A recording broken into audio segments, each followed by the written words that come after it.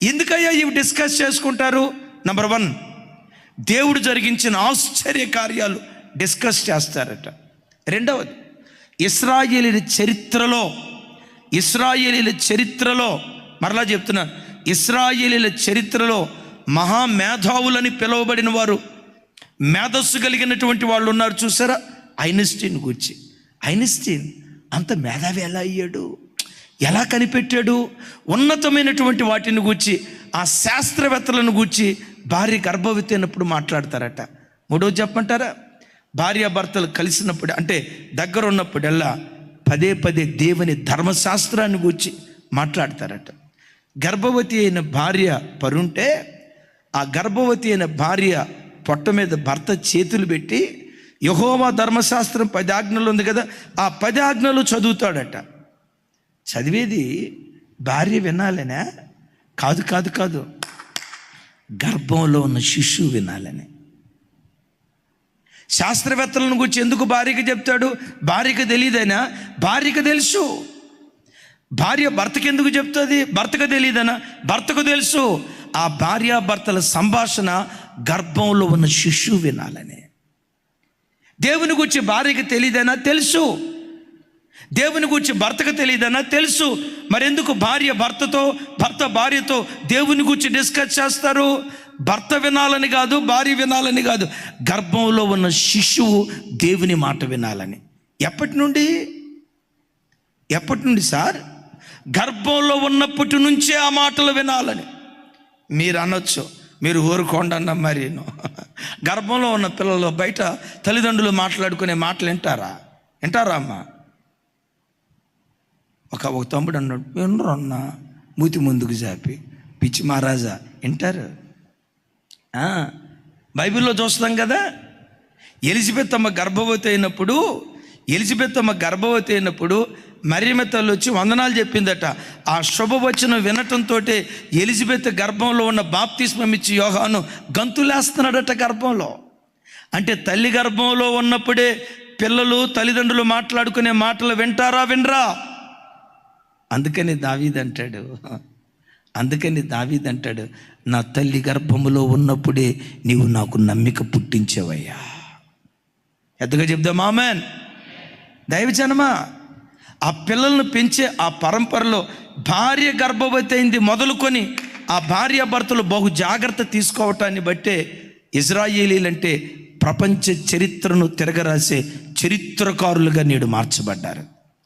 నీ పిల్లలను దేవుడు అలా ఆశీర్వదించును గాక. తల్లి, ఈ వాక్యం వింటున్న తండ్రి, నీ పిల్లలు నీ ఇంటిలో ఉన్నప్పుడు విలువైన డిస్కషన్ చేయి. సువాసన వెదజల్లే మాటలు వారు చెవులు వినేటట్లుగా విలువైన సంభాషించు. విలువైన సంభాషణ వాళ్ళు వింటే విలువైన వారిగా వాళ్ళు మార్చబడటానికి దేవుడు కృప చూపిస్తాడు. మూడవది, ఫిలిప్పులో నుంచి నేర్చుకునే 3వ దివ్యమైన పాఠం, వాళ్ళ బ్రతుకులు బ్రద్దలయ్యాయి కానీ భక్తి బ్రద్దలు కాలేదు. Praise the lord. ఎలా ఈ మాట చెప్తాం చూడండి. 8వ అధ్యాయం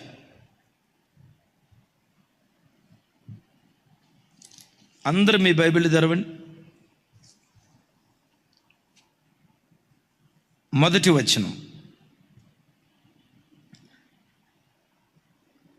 వచనం నుంచి నాతో కలిసి అందరి మాటలు చెప్పండి దయచేసి. అందరూ మీ బైబిల్ తెరవండి, నేను త్వరగా చెప్తాను. ఆ ఫిలిప్ గారిలో నుంచి 7 దివ్యమైన విషయాలు. మొదటిది, సంఘంలో మంచి సాక్ష్యం పొందినవాడు. రెండవది, సువార్తను చాటిన సువార్థికుడు. మూడవది, బ్రతుకు బద్దలైన భక్తిని కాపాడుకున్నవాడు. రైట్. 8వ అధ్యాయం 1వ వచనం. అందరూ నాతో కలిసి చెప్పండి. ఆ కాలమందు యెరూషలేములోని సంఘమునకు గొప్ప హింస కలిగినందున అపోస్తులు తప్ప అందరూ యోదయ సమరయ దేశముల యందు చెదిరిపోయిరి. భక్తిగల మనుషులు స్టెఫెన్ను సమాధి చేసి అతన్ని గూర్చి బహుగా ప్రలాపించిరి. సౌలైతే ఇంటింటా జొచ్చి పురుషులను స్త్రీలను ఈడ్చుకొని పోయి చెరసాలలో వేయించి సంఘమును పాడు చేయుచుండెను. కాబట్టి చెదిరిపోయిన వారు సువార్తను ప్రకటించుచు సంచారము చేసిరి. అప్పుడు ఫిలిప్పు సమరయ పట్టణము వరకు వెళ్ళి క్రీస్తును వారికి ప్రకటించుచుండెను. చప్పలు కొడుతూ స్తోత్రాలు చెప్దాం. విన్నారా ఏం జరిగింది? యెరూషలేములో సంఘానికి హింస కలిగింది. ఎవరిని చంపారు? స్టెఫెన్ను చంపారు. 7 సంఘ పెద్దలను ఎన్నుకున్నారు కదా. ఆ 7 మంచి సాక్ష్యం పొందిన వారిలో మొదట ఆయన పేరేంటి? స్టెఫెన్. స్టెఫెన్ ఏమైపోయాడు? హతసాక్షి అయిపోయాడు. వెరీ నెక్స్ట్ ఎవరు? రైట్. ఇప్పుడు యెరూషలేములో సంఘానికి హింస కలిగితే సంఘం చెదిరిపోయి యోదయ సమరయ ప్రాంతాలకు వాళ్ళు చెదిరిపోయి, అమ్మయ్య మా ప్రాణం కాపాడుకున్నాం, ఆ యేసు ప్రభువును ప్రకటిస్తే శ్రమలు వస్తున్నాయి కదా, మన భక్తి ఏదో మనం కాపాడుకుందాం, ఎందుకు అనవసరమైన సమస్య అని వాళ్ళు గుట్టుగా భక్తిని కాపాడుకున్నారా? సమరయ ప్రాంతం అంతా ప్రకటించారా? చెప్పాలి. నేనంట యెరూషలేముకు చెందిన వాళ్ళు ఒక మాట అనుకుందాం. యెరూషలేముకు చెందిన వాళ్ళు అంటే యెరూషలేములో వాళ్ళకి వ్యాపారాలు ఉండి ఉండొచ్చా లేదా? కనీసం ఇల్లు ఉండి ఉండొచ్చా లేదా? సొంత స్థలాలు ఉండి ఉండొచ్చా లేదా? ఇప్పుడు అక్కడి నుంచి చెదిరిపోయి వేరే ప్రాంతానికి వచ్చారంటే వాళ్ళ పరిస్థితులు ఏమైపోయాయి? చెదిరిపోయాయి. నేను ఇక్కడ చెప్పే మాట ఏంటంటే, వాళ్ళ బ్రతుకులు చెదిరిపోయాయి కానీ భక్తి చెదిరిపోల. సమరయ ప్రాంతానికి చెదిరిపోయి వచ్చిన ఆ ప్రాంతంలో కూడా క్రీస్తును ప్రకటిస్తూ వచ్చారు. అధిపతుల్నే మార్చాడు. గారడీవాడైన సీమోను అంటారు చూసారా, గారడీవాడైన సీమోనును మార్చారు. సమరయ ప్రాంతంలో అద్భుతమైన సేవ జరుగుతూ ఉంటే అపోస్తలుడైన పేతురు వారు, యోహాను వారు వీళ్ళు రక్షణ పొందారన్న వార్త విని, బాప్తిస్మం పొందారన్న వార్త విని వారి తలల మీద చేతులుంచి ప్రార్థన చేసినప్పుడు వారందరూ ఏం పొందుకున్నారని రాస్తుంది? పరిశుద్ధాత్మ పొందుకున్నారు అని రాస్తుంది. అద్భుతం. ఒక రివైవల్ ఎక్కడో తెలుసా? సమరయ ప్రాంతంలో గొప్ప ఉద్యమం కలిగినట్లుగా లేఖనాలు చూస్తున్నాం. ఈ గొప్ప ఉద్యమం ఎవరి వలన కలిగిందో తెలుసా?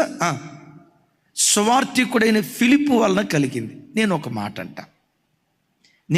అంట ఎంత గొప్ప ఉద్యమం వారి ద్వారా కలగటానికి, సువార్తను ప్రకటించటానికి, వాళ్ళ బ్రతుకులు చెదిరిపోయిన సువార్తను వదిలిపెట్టకుండా, బ్రతుకులు చెదిరిపోయిన భక్తి చెదిరిపోకుండా ఆ పరిస్థితిలో కూడా దేవుని చాటి చెప్పారు. నేనంట పిల్లలు చూసుంటారు, ఈ 4 కుమార్తెలు చూసుంటారు, అరే మా బ్రతుకులు చెదిరిపోయినా మా నాన్న విశ్వాసం చెదిరిపోలేదే, మా నాన్న భక్తి చెదిరిపోలేదే, మా నాన్న ప్రార్థనా జీవితం చెదిరిపోలేదే, మా నాన్న సువార్త ప్రకటించడం ఆపలేదే, మా తండ్రి తన ప్రాణం కంటే ప్రభువుని ఎక్కువ ప్రేమించిన వాడు. పెద్దగా చెప్దాం ఆమె. తన ప్రాణం కంటే, ఓసారి చెప్పండి, తన ప్రాణం కంటే ప్రభువుని ఎక్కువ ప్రేమించిన వాడు. ఈ బ్రతుకులో ఎన్ని కష్టాలు ఎదురైనా ప్రభువుని విడిచిపెట్టలేదేనని చెక్కు చెదరని విశ్వాసం ఆ పిల్లలు తండ్రిలో చూశారు. బిడ్డలారా, ఈ వాక్యం వింటున్న తల్లులారా, తండ్రులారా, వీళ్ళు భక్తిగా బ్రతికన బ్రతుకులు చెదిరిపోయాయి కదా. కొన్నిసార్లు నా బ్రతుకులో మనం ఎంత భక్తిగా బ్రతికినా బ్రతుకులు కొన్నిసార్లు చెదిరిపోతాయి. సహజంగా మనిషికి ఉండే స్వభావం ఏంటో తెలుసా? చిన్న నష్టం కలిగినా మనం వెంటనే అలిగేది ఎవరి మీద అంటే దేవుని మీదే. నేను ఎంత ప్రార్థన చేశా, నాకెందుకు ఈ రోగం, నేను ఎంత ప్రార్థన చేశా, నాకెందుకు ఈ అప్పులు, నేను ఎంత ప్రార్థన చేశా, నాకెందుకు ఉద్యోగం రాలా, నేను ఎంత ప్రార్థన చేశా, నా పిల్లలకి ఎందుకు పెళ్లి కాల, నేను ఎంత ప్రార్థన చేశా, నా ఇంట్లో ఎందుకు ఈ కీడు జరిగింది, నేను ఎంత ప్రార్థన చేశా. మనం మొట్టమొదట ఏ నష్టం కలిగిన అలిగేది ఎవరి మీద అంటే దేవుని మీదే. ఆయన ఏదో మనకు బాకీ ఉన్నట్టు చిన్న నష్టం కలిగిన మొట్టమొదట అలిగేది దేవుని మీదే. ఇలాంటి చంచలత్వపు భక్తిని పిల్లలు నీలో చూడకూడదు. ఎలా చూడాలో తెలుసా? నీతిమంతుడు సింహం వలె ధైర్యంగా ఉంటాడు అని వ్రాయబడినట్లుగా కష్టంలో కూడా మా నాన్న ఒక సింహం లాంటివాడు, మా అమ్మ ఒక సింహం లాంటిది. ఎంత బాధ అయినా భరిస్తుంది కానీ దేవునిని దూషించదో. ఎంత బాధ అయినా మా నాన్న భరిస్తాడు కానీ దేవుని దూషించడో. అరే ఇంట్లో ఎంత భయంకరమైన నష్టం కలిగిన అరుణోదయ ప్రార్థనకు మా నాన్న లేచి ప్రార్థన చేస్తున్నాడే, ఏ విశ్వాసం అయ్యింది. కుటుంబంలో ఇన్ని ఆటుపోట్లు జరిగిన, అరే కుటుంబ ఆరాధన వదిలిపెట్టనట్టదే మా అమ్మ. 10th క్లాస్ రిజల్ట్స్ వచ్చినాయి, నువ్వేదో ఫస్ట్ క్లాస్లో పాస్ అవుతాడు అనుకున్నావు, అయితే వాడు ఫస్ట్ క్లాస్లో ఫెయిల్ అయ్యాడు. ఆ సాయంత్రం కుటుంబ ప్రార్థన చేసుకుంటారా?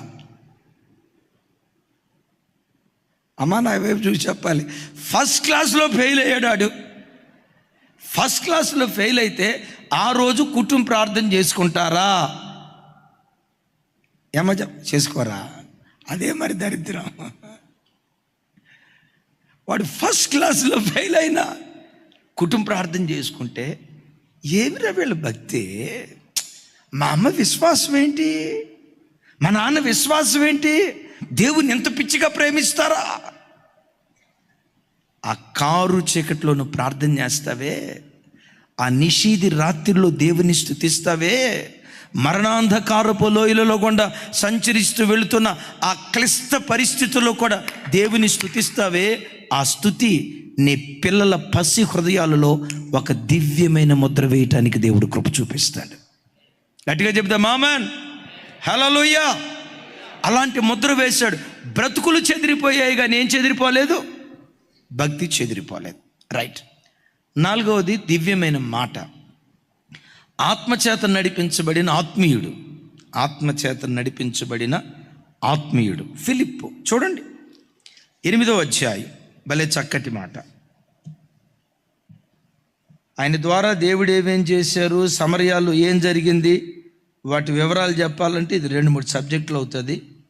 అందుకని ఫిలిప్పు వరకు అవసరమైన విషయాలే చెప్తున్నాను. 26వ వచనం నుంచి 31వ వచనం వరకు అందరూ మీ బైబిల్ తెరిచి చూడండి. భలే విలువైన మాటలు అక్కడ రాసి ఉంటాయి.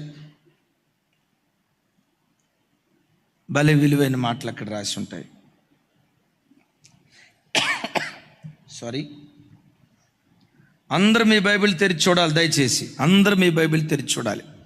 లైవ్లో ఉన్న బిడ్డలు కూడా నాతో కలిసి. ప్రభుదూత నీవు లేచి దక్షిణముగా వెళ్ళి యెరూషలేము నుండి గాజాకు పోవు అరణ్య మార్గమున కలుసుకోమని ఫిలిప్పుతో చెప్పగా అతడు లేచి వెళ్ళెను. అప్పుడు మరోసారి అప్పుడు ఐథియోపియాల రాణి అయిన కందాకే క్రింద మంత్రి అయి ఆమె యొక్క ధనాగారం అంతటి మీదనున్న ఐథియోపియుడైన నపుంసకుడు ఆరాధించుటకు యెరూషలేమునకు వచ్చి ఉండెను. అతడు తిరిగి వెళ్ళుచు తన రథం మీద కూర్చుండి ప్రవక్త అయిన యెషయా గ్రంథము చదువుచుండెను.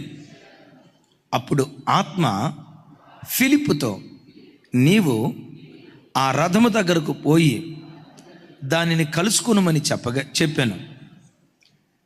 ఫిలిప్పు దగ్గరకు పరిగెత్తుకొని పోయి, రైట్, అంతవరకు ఓకే. ఇంకొక మాట 39వ వచనం.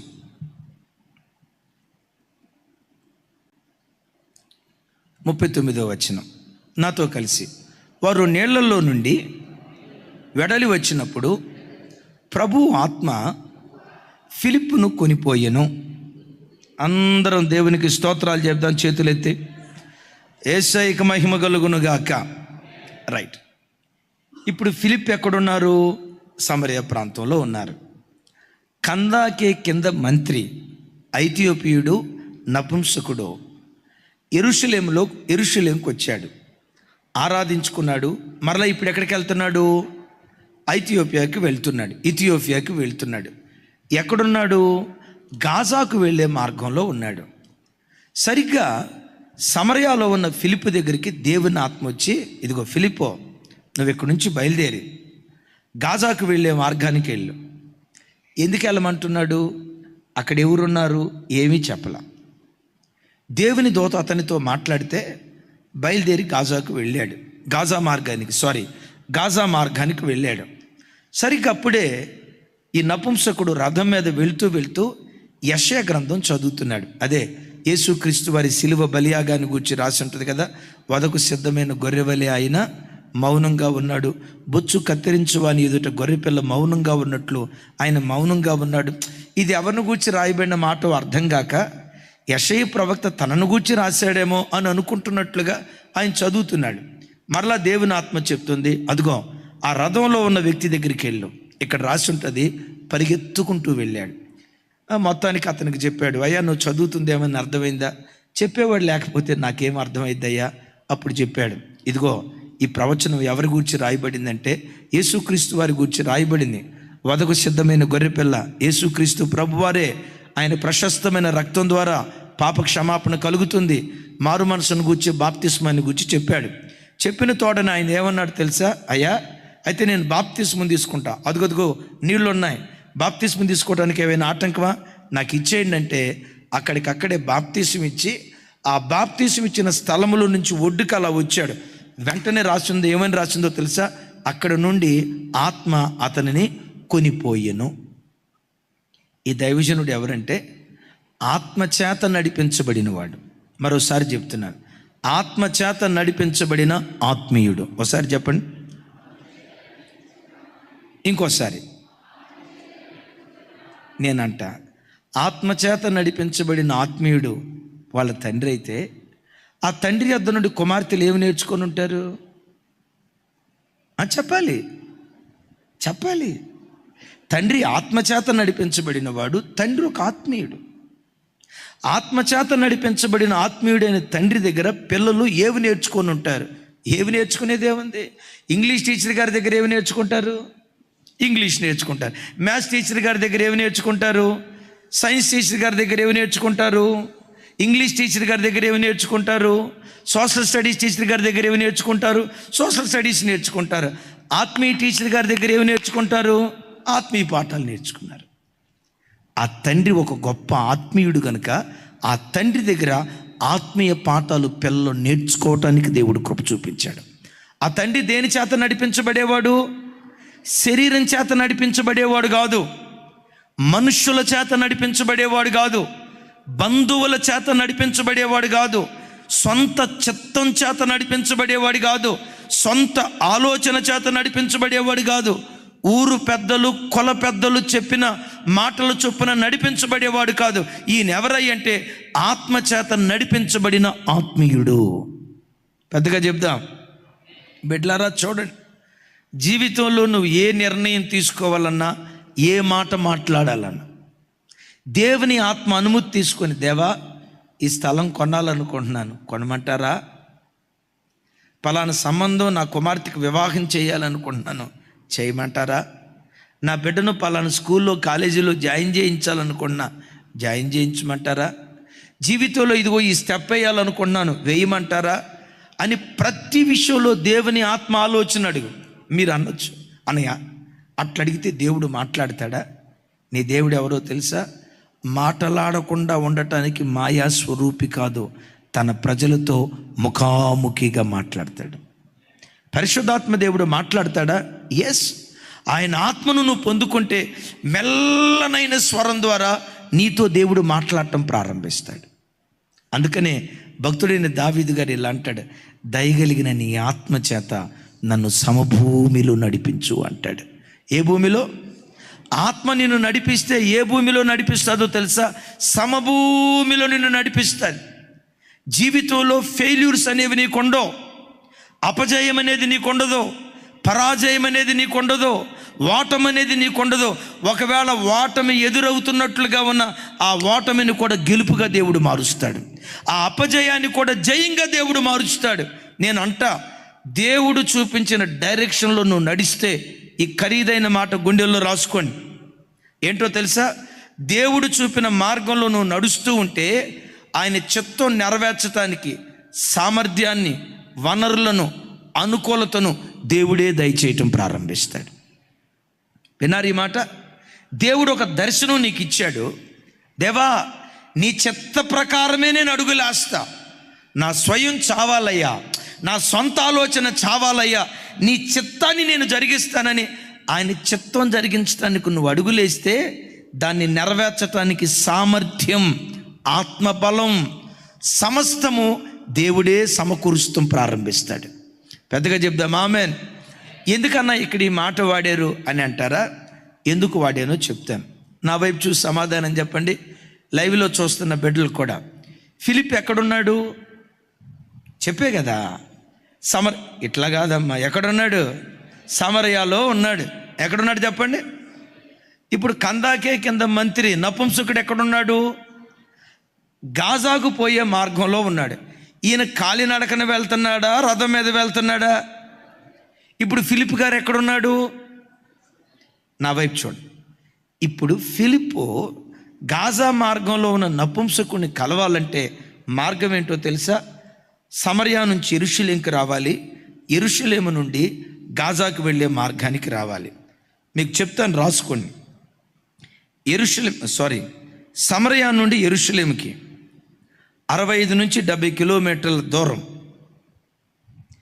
గాజా నుండి యెరూషలేము నుండి గాజా మార్గానికి 50 నుంచి 60 కిలోమీటర్ల దూరం. విన్నారా? సమరయా నుండి యెరూషలేముకి 65 నుంచి 70, యెరూషలేము నుండి గాజాకి 50 నుండి 60. ఇప్పుడు చెప్పండి, విన్నారా? గాజా మార్గంలో ఉన్న ఈ నపుంసకుడిని కలుసుకోవాలంటే ఫిలిప్పు 120 కిలోమీటర్ల దూరం ప్రయాణం చేయాలి. ఎంత? పెద్దగా చెప్పాలి. ఇప్పుడు 120 కిలోమీటర్ల దూరం ఎట్లా ప్రయాణమే వెళ్ళుంటాడు? బుల్లెట్టా? ఏం తమ్ముడా సుమన, నువ్వేమన్నా కొనిచ్చావా? కువైట్లో ఉన్న రావు గారు మీరేమన్నా కొనిచ్చారా? సరే, కారు ఏమైనా కొనిచ్చారా? అమ్మ, కారు మీరేమైనా ఇచ్చారా? గుడివాడ వాళ్ళు ఏమైనా ఇచ్చారా? అమ్మ, మీరేమైనా ఇచ్చారా? అక్క, మీరు కారు నువ్వు కొనియటానికి ఆ రోజుల్లో కారులు లేవక్క, ఆ రోజుల్లో బుల్లెట్లు లేవు. ఎట్లా వెళ్ళుంటాడు? గాంధీ గారి నడక left right left right left right left right. మరి తనకంటే ముందు వెళ్ళేవాడు ఆయన దేని మీద వెళ్తున్నాడు? ఏమండి, రథం స్పీడ్కి వెళ్తుందా, మనిషి స్పీడ్కి వెళ్తాడా? గుర్రం వేగంగా పరిగెత్తుతా, మనిషి వేగంగా పరిగెత్తుతాడా? కిషోర్ రేపు ఏమైనా పోటీ వేసుకుంటారా? గుర్రాన్ని పిలుద్దాం. ఆల్రెడీ 120 కిలోమీటర్ల దూరంలో ఉన్నాడు. నాకు అర్థం కాని విషయం ఏంటంటే 120 కిలోమీటర్ల దూరంలో ఉన్న ఈ నపుంసకుల అధికారిని ఈ నపుంసకుడిని, కందాకే మంత్రిని, విచిత్రం, ఈ కందాకే కింద ఉన్న మంత్రిని, ఈ నపుంసకుడిని, ఫైనాన్స్ మినిస్టర్ని ఫిలిప్పు కలుసుకున్నాడు. అయ్యా, ఎట్లా నువ్వు వెళ్ళగలిగావు? దేవుడు ఒక దర్శనం ఇచ్చాడు కదా, ఆ దర్శనం నెరవేర్చటానికి నేను పరిగెత్తటానికి కావలసిన సామర్థ్యం దేవుడే నాకు కలుగు చేశాడు. ఎట్లా పరిగెత్తానో నాకు తెలియదు. ఈ మాటకి పాత నిబంధనలో ఒక మాటకి చాలా సన్నిహిత సంబంధం ఉంది. ఏంటో తెలుసా? కర్మేలు పర్వతం దగ్గర ఏలియా అన్నాడు కదా ఆహాబుతో, నాయన వర్షం రాబోతుంది, నువ్వు తొందరగా వెళ్ళన్నాడు. 30 కిలోమీటర్ల దూరం మనోడు రథం గుర్రాలు దౌడు తీయించుకుంటా యెజ్రెయేలు గుమ్మం దగ్గరికి వెళ్ళాడు. యెజ్రెయేలు గుమ్మం దగ్గర దేవదూతలాగా నిలవబడ్డాడు ఏలియా. అర్థం కాక అడుగుతున్నాడు, ఎట్లా వచ్చావు ఏలియా? యెహోవా హస్తము నన్ను బలపరచగా రథాలు రౌతులు కలిగిన వాడు పరిగెత్తిన దానికంటే మరి వేగంగా పరిగెత్తాడు ఏలియా. బిడ్లారా చూడండి, దేవుని చిత్తం ఇది అని నీకు తెలిసిన తర్వాత దేవుని చిత్తం చేయటానికి నువ్వు అడుగులేస్తే ఆయన చిత్తం నెరవేర్చడానికి సామర్థ్యాన్ని దేవుడే కలుగు చేస్తాడు. 21వ ఏట బాప్తిస్మం తీసుకున్నా. ఓ తల్లి వచ్చింది, ఒరే నాయన ఇప్పుడు నువ్వు తీసుకోవద్దురా, నువ్వు తీసుకుంటే నిలబడవరా అంది. నాకు ఒకేసారి భయం అయిపోయింది, ఏం చేయాలో అర్థం కాదు. మొత్తానికి తీసుకున్నా, ఒకళ్ళు ప్రోత్సహించడాన్ని బట్టి. మొత్తానికి 21వ ఏట బాప్తిస్మం తీసుకున్నా. దేవుని మహా గొప్ప కృప, 29 సంవత్సరాలు నా విశ్వాసాన్ని కాపాడుకున్నానంటే నేను కాపాడుకోవటానికి సామర్థ్యం దేవుడే కలుగు చేశాడు. 25వ ఏట సేవకు రావాలనుకున్నా. మరి సేవకు వచ్చినప్పుడు మమ్మల్ని పోషించేది ఎవరు? సిపోరా మోసే అన్న మీరా, ఆయన ఇట్లా చెయ్యెత్తపోతున్నాడు. అప్పుడు మోషే గారు ఎక్కడున్నాడు? అక్కడ తూగోలేదు, పాగోలేదు. సార్ ఎమాన్యుయల్ గారు మీరు లేరు, అప్పుడు ఎవరూ లేరు. నేనంట ఆయన సేవ చేయాలని ఒక పిచ్చి ఆశ ఉంది చూసారా. ఆయన సేవ చేయాలని దేవుడిచ్చిన ప్రేరేపణ బట్టి సేవలో అడుగుపెట్టాం కదా. సేవ చేయటానికి సామర్థ్యాన్ని దేవుడే సమకూర్చాడు, వ్యక్తులను వస్తువులను దేవుడే సమకూర్చాడు. పెద్దగా చెబుదాం ఆమేన్. ఈరోజు మేము అడగాలే కానీ మా కొరకు ప్రాణం పెట్టేవాళ్ళు కోకొల్లలో ఒక్కళ్ళు కూడా ఆమేన్ చెప్పలా. మీరు ఎడ చూస్తున్నారంటే మేము ప్రాణం పెట్టమన్నా అవసరమైతే ప్రాణం తెస్తారా? నా పిల్లల్లో ఎవరు అట్లాంటి వాళ్ళు లేరు, సంఘ బిడ్డల్లో అట్లాంటి వాళ్ళు లేరు, లైవ్ చూసే బిడ్డల్లో కూడా అట్లాంటి వాళ్ళు లేరు. అవసరమైతే మా కొరకు ప్రాణం పెట్టే బిడ్డలనే దేవుడు ఎక్కువ ఇచ్చాడు. అదిగో చైనా దేశం నుంచి ఆ చెల్లి చూస్తుంది. అమ్మా మీ పిల్లలు ఉన్నారా? Right, thank you. దేవుని కృప, దేవుడు ఆ కృప ఆధిక్యత ఇచ్చాడు. అయితే నేనంట దేవుని చిత్తం అది నీకు తెలిసిన తర్వాత ఆ చిత్తం చేదైనదైనా, నేనంట 120 కిలోమీటర్లు నడుచుకుంటూ వెళ్ళిపో అంటే ఫిలిప్ అన్నాడు, నువ్వు బలి ఓడివయ్యా, ఏమన్నా నాకు బుల్లెట్ ఇచ్చావు పోవటానికే, కార్యావని ఇచ్చావు, కాలు నడక మీద 120 ఊరుకోండయ్యా నేను బానో అని అనలా. దేవుని చిత్తం కొన్నిసార్లు నెరవేర్చడానికి అది చేదుగా ఉంటుంది. చేదైనా నెరవేర్చడానికి ముందడుగు వేయి. ఆ చిత్తం నెరవేర్చడానికి సామర్థ్యం, వనరులు, సరుకులు సమస్తం దేవుడే కలుగు చేయటం ప్రారంభిస్తాడు. చప్పలు కొడుతూ స్తోత్రాలు చెప్దాం. రైట్, 4వది ఆత్మచేత నడిపించబడిన ఆ తండ్రి ఎవరు చెప్పండి? ఆత్మీయుడు. నేను అంటానండి, ఆత్మీయుడైన తండ్రి దగ్గర పెరిగే పిల్లలు ఆత్మీయులు అవుతారా, శరీరానుసారులు అవుతారా? కొంతమంది కుటుంబాల్లో తల్లిదండ్రులు ఆత్మీయంగా ఉన్న దారి తప్పిన పిల్లలు ఉన్నారు. అయితే నేను ఒకటి అంట, తల్లి తండ్రి ఆత్మీయులైతే 75% పిల్లలు ఆత్మీయులు అవటానికి దేవుడు కృప చూపిస్తాడు. ఉన్నారు తల్లిదండ్రులు ఎంత ఆత్మీయులైనా శరీరానుసారంగా బ్రతికే యవన బిడ్డలు కొంతమంది ఉన్నారు. బైబిల్లోనే ఒక ఆధారం చూపిస్తే కదా, హిజ్కియా ఆత్మీయుడా కాదా? నోరు తెరవాలి. హిజ్కియా ఆత్మీయుడా కాదా? ఆత్మీయుడు కాదండి, మంచి ఆత్మీయుడు, చాలా మంచి ఆత్మీయుడు.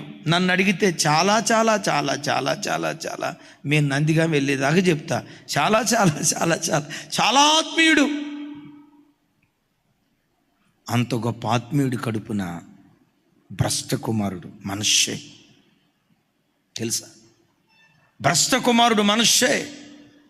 మీరు అనొచ్చు, మరి తల్లిదండ్రులు ఆత్మీయులు అయితే కొడుకులు కూడా భ్రష్టులు అయిపోయారు కదా, కాబట్టి మనం ఆత్మీయంగా ఉంటాం ఎందుకన్నా? భలే ఉందా? నా పిల్లలు ఎలా ఉన్నా నువ్వు చనిపోయిన తర్వాత అయినా నీ ఆత్మీయత నీ పిల్లల మీద పనిచేస్తుంది.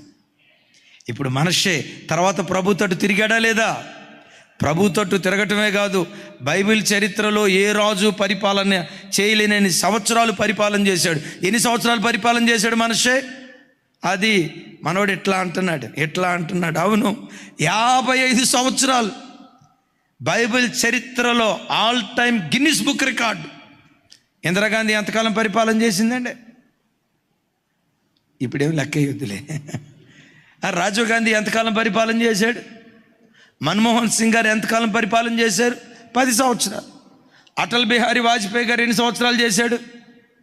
5 సంవత్సరాలు. ఏమంటే ఇదంతా ఏం తెలియనట్టు నా వైపు చూస్తున్నారు. పివి నరసింహారావు గారు ఎంతకాలం పరిపాలన చేశారు? ప్రస్తుతం మన ప్రధానమంత్రి గారు ఉన్నారు కదా, ఎవరో నరేంద్ర మోడీ గారు ఎంతకాలం పరిపాలన చేస్తున్నారు? చెప్పాలి. ప్రపంచంలో ఏ రాజు 55 సంవత్సరాలు పరిపాలన చేయలా. చరిత్రలో 55 సంవత్సరాలు పరిపాలన చేసిన ఏకైక రాజు ద గ్రేట్ మనష్షే. నేనంట, హిజ్కియా నీ ప్రార్థన వ్యర్థం కాలేదయ్యా. పిల్లల కోసం ఏడుస్తున్న తల్లిదండ్రులారా, నీ ప్రార్థన వ్యర్థం కాదు. ఏదో ఒకరోజు మీరు కాచిన కన్నీళ్ళు విత్తనాలుగా వాళ్ళ జీవితాల్లో దేవుడు కార్యం చేసి మీకంటే ఆత్మీయులుగా దేవుడు వాళ్ళని తీర్చిదిద్దునుగాక. మీరు కాచిన కన్నీళ్ళు వ్యర్థం కాదు. దేవుని సన్నిధిలో మీరు చేసిన ఉపవాసాలు వ్యర్థం కాదు. గర్భం దాల్చింది మొదలుకొని, అయ్యా నా పిల్లలను ఆత్మీయులుగా చేయి, నా పిల్లలను భక్తిపరులుగా చేయని ప్రసవేదన పడుతూ వాళ్ళని కన్నావే, ప్రార్థన ప్రసవేదనలో కన్నావే, నీ ప్రార్థన ఎప్పటికీ వ్యర్థం కాదు. హిజ్కియా ప్రార్థన ద్వారా మనుష్యుని దర్శించిన దేవుడు నీ ప్రార్థన ద్వారా తప్పకుండా నీ పిల్లలను దేవుడు దర్శించి నీకంటే భక్తిపరులుగా దేవుడు వారిని లేవనెత్తునుగాక. ఆమేన్ అనండి గట్టిగా. ఆమేన్. ఇప్పటికి ఎన్ని విషయాలు చదువుకున్నాం చెప్పాలి? రైట్, 6వ విషయం చెప్తాను చూడండి. 5వ విషయం అయితే దీని గురించి ఎక్కువసేపు చెప్పను, సమయం అయిపోయింది. దేవుని కార్యాల కొరకై పరిగెత్తే పరిచారకుడు. 5వది దేవుని కార్యాలకై పరిగెత్తే పరిచారకుడు. ఒకసారి చూడండి, పరిగెత్తేవాడిని ఎందుకన్నాను? 30వ వచనం తమ్ముడు, 29వ వచనం. రైట్ ఆపు తమ్ముడు, అదే నాతో కలిసి చెప్పండి. ఫిలిప్పు దగ్గరకు పరిగెత్తుకొని పోయి, కొంచెం గట్టిగా, ఎట్లా వెళ్ళాడట? ఆ కందాకే మంత్రి దగ్గరికి ఎట్లా వెళ్ళాడట చెప్పాలి, కొంచెం పెద్దగా చెప్పాలి. దేని కొరకు పరిగెత్తాడు? కందాకే మంత్రికి సువార్త ప్రకటించడానికి, దేవుని పరిచయం చేయటానికి, దేవుని వాక్యం చెప్పటానికి, అతన్ని ప్రభు తట్టు త్రిప్పటానికి, పరిచర్య చేయటానికి పరిగెత్తాడు. ఎప్పుడు పరిగెత్తాడు? ఒకసారి నా వైపు చూడండి. లాస్ట్ మూమెంట్లోనా స్టార్టింగ్లోనా? ఇప్పుడు 120 కిలోమీటర్లు ప్రయాణం చేసి వచ్చిన తర్వాత ఆయాసం పాయాసం అయిపోద్దా లేదా? ఇంకా అలసిపోయి ఉంటాడా లేదా? కాళ్ళ నొప్పులు, నడువుల నొప్పులు, ఏంట్రా ఈ సేవ, ఈ బతుకుంటే బలుసాకై నమ్ముకొని బతకొచ్చు, ఈ సేవకు వచ్చిన తర్వాత కష్టాలు ఏంటి? 120 కిలోమీటర్లు నడిచిన తర్వాత ఏంట్రా ఈ బతుకని సొమ్మసిల్లిపోయి ఇకప్పుడు ఒక పాట పాడాలి. కలవరపడిని ఎత్తుకో, ఆ పాట ఎత్తుకోవాలి. చూడండి ఇప్పుడు ఏం చేస్తున్నాడో తెలుసా? చూశాడు,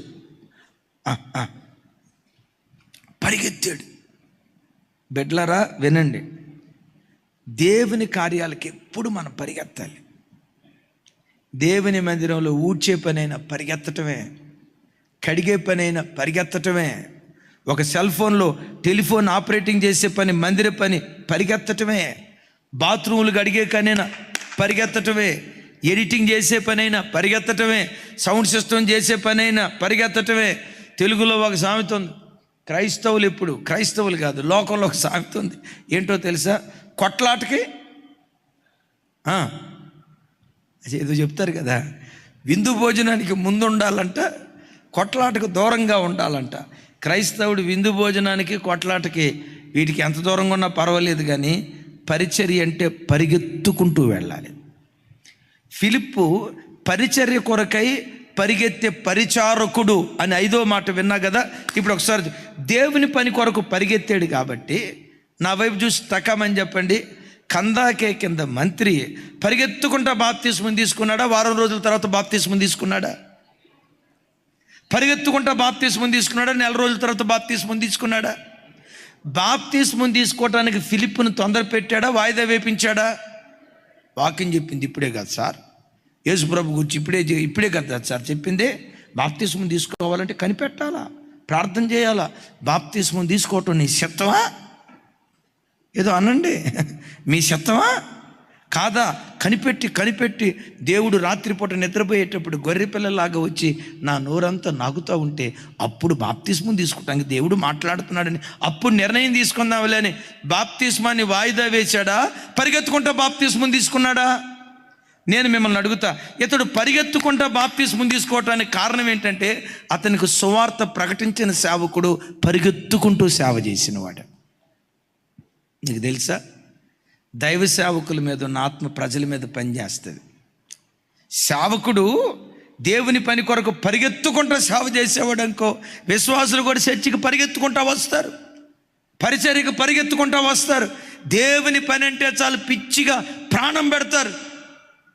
నేనంట దేవుని సేవ చేసే దైవ సేవకులు పరిచారకులు ఎంత చురుకుగా ఉంటారో వాళ్ళకు చురుకుదనపు ఆత్మ, ఆ చురుకుదనపు ఆత్మ విశ్వాసుల మీద కూడా పనిచేస్తుంది. అట్లా కాకుండా అన్న సోమరిపోతు సంఘానికి ప్రెసిడెంట్ అనుకో, ఒక మాట సేవకురాలు అక్క సోమరిపోతు సంఘానికి ట్రెజరర్ అనుకో, విశ్వాసులు ప్రెసిడెంట్ అయి కూర్చుంటారు. సేవకుల మీద పనిచేసే ఆత్మ విశ్వాసుల మీద పనిచేస్తుంది. అక్క కూర్చొని పద్దాకలు తూగే అక్క అనుకో, విశ్వాసులు కూడా తూగే బ్యాచే. లేడి పిల్లలాగా పరిగెత్తేవాళ్ళు అనుకో సేవకులు, విశ్వాసులు కూడా పరిగెత్తేవాళ్ళుగా ఉంటారు. ఇప్పుడు నేను అంటా, ఈయనంత పరిగెత్తేవాడు కదా, ఈయన పరిగెత్తే ప్రభావం కందాకే కింద మంత్రి వెంటనే పరిగెత్తుకుంటా బాప్తిస్మం తీసుకునేటట్లుగా ఈయన మీద ఉన్న ఆత్మ కందాకే మంత్రి మీద పనిచేసింది కదా, ఈయన మీద ఉన్న ఆత్మ మంత్రి మీదే పనిచేసింది. నా వైపు చూడాలి. ఈయన మీద ఉన్న ఆత్మ మంత్రి మీదే అంత పనిచేసిందంటే కుమార్తెల మీద ఇంకెంత పనిచేసి ఉంటుంది. అందుకనే నలుగురు కుమార్తెలు కన్యకలో ప్రవచించేవారు. అమ్మా, ఇంత ఆత్మీయులు ఎలా అయ్యారు? నా తండ్రి అడుగుజాడలో నా తండ్రి దేవుని కొరకు పరిగెత్తేవాడు, ఆ ఆత్మ మా మీద కూడా పనిచేసింది అంటారు. యేసయ్యకు మహిమ కలుగును గాక. రెండవది, ఆరోది, ఈ దైవజనుడు, ఇక నేను ముగిస్తున్నాను, సమయం అయిపోయింది కనుక. ఈ దైవజనుడు ఎలాంటి వారంటే ఆత్మల కొరకు పరిగెత్తిన వాడే కానీ ఆస్తుల కొరకు పరిగెత్తినవాడు కాదు. చూడండి ఆ మాట ఎందుకు ఆ పెద్ద పదం వాడాల్సి వచ్చిందో. 39వ వచనం.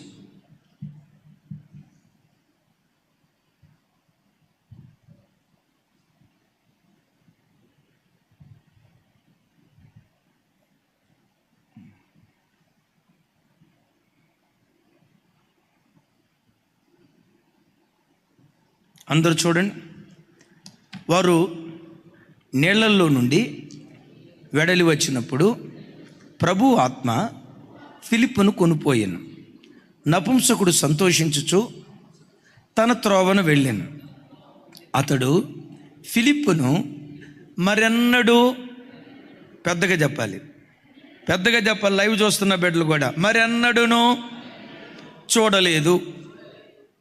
ఇప్పుడు ఒకసారి చూడండి, ఫిలిప్పు దగ్గర బాప్తిస్మం పొందుకున్న ఆయన ఎవరు? చెప్పండి.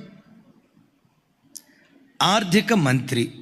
ఇంగ్లీష్లో చెప్పండి, బాగుంటుంది అది.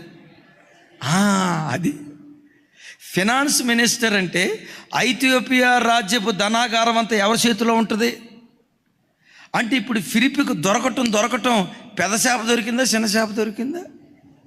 అబ్బా, ఈ పెద్ద చేప దొరికితే ఫోన్ నంబర్ కనుక్కొని, ఎక్కడుంటావు,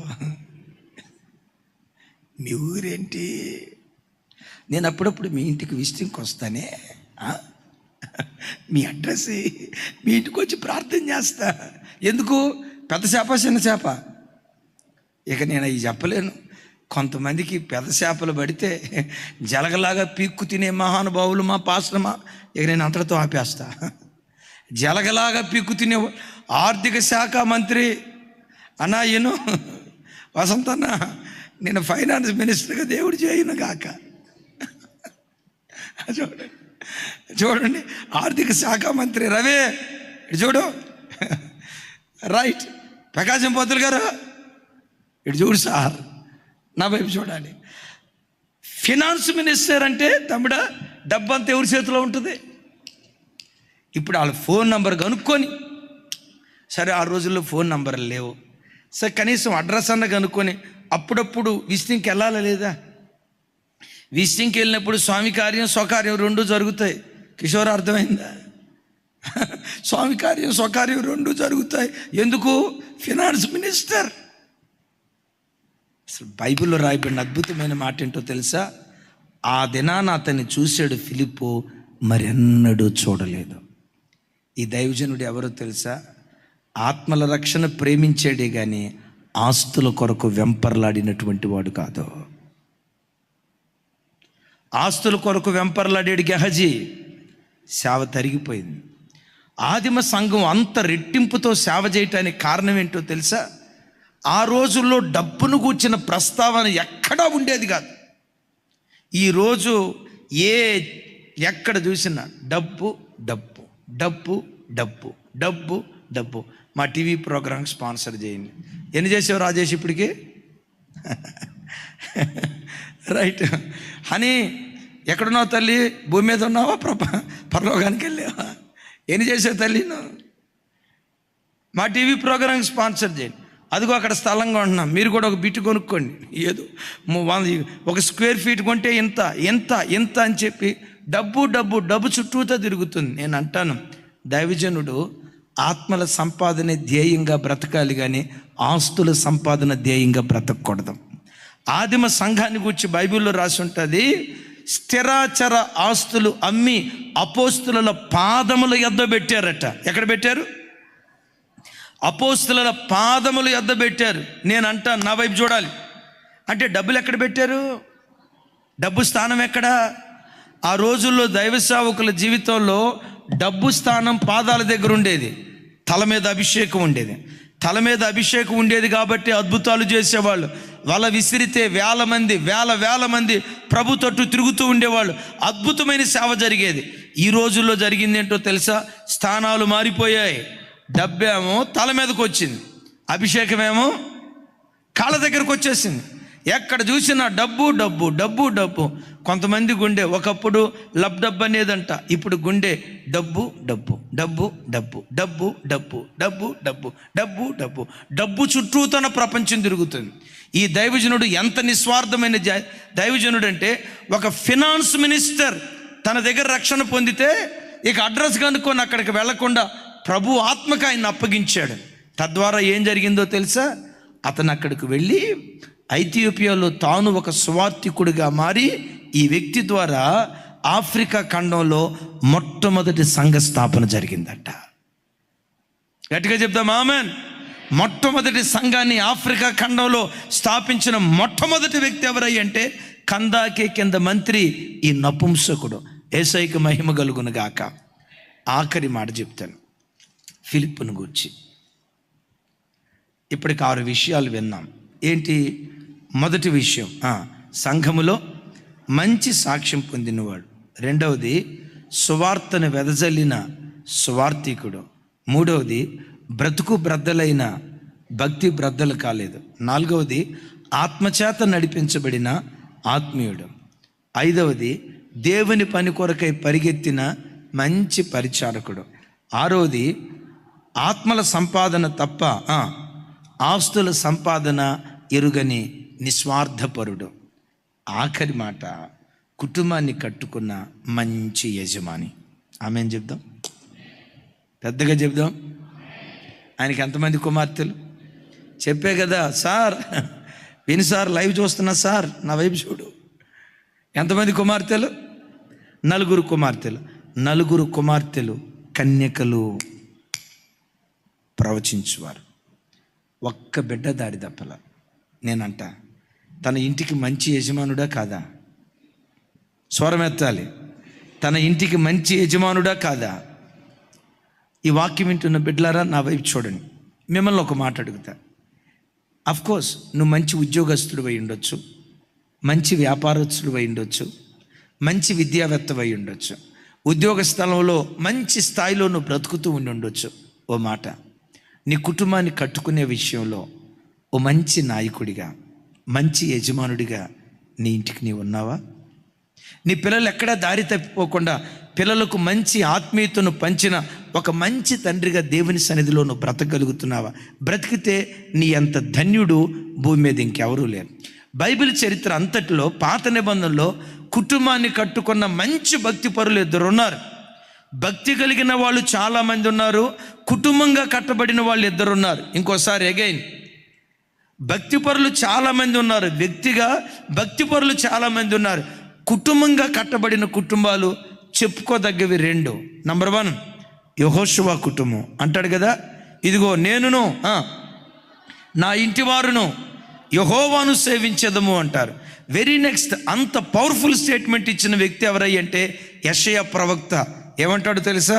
ఇదిగో నేనును యెహోవా నాకు ఇచ్చిన నా పిల్లలను సియోను కొండల మీద నివసించు సైన్యములకు అధిపతియగు యెహోవా వలన సూచనలుగా మహత్కార్యాలుగా ఇశ్రాయేలు ప్రజల మధ్యలో మేమున్నాము.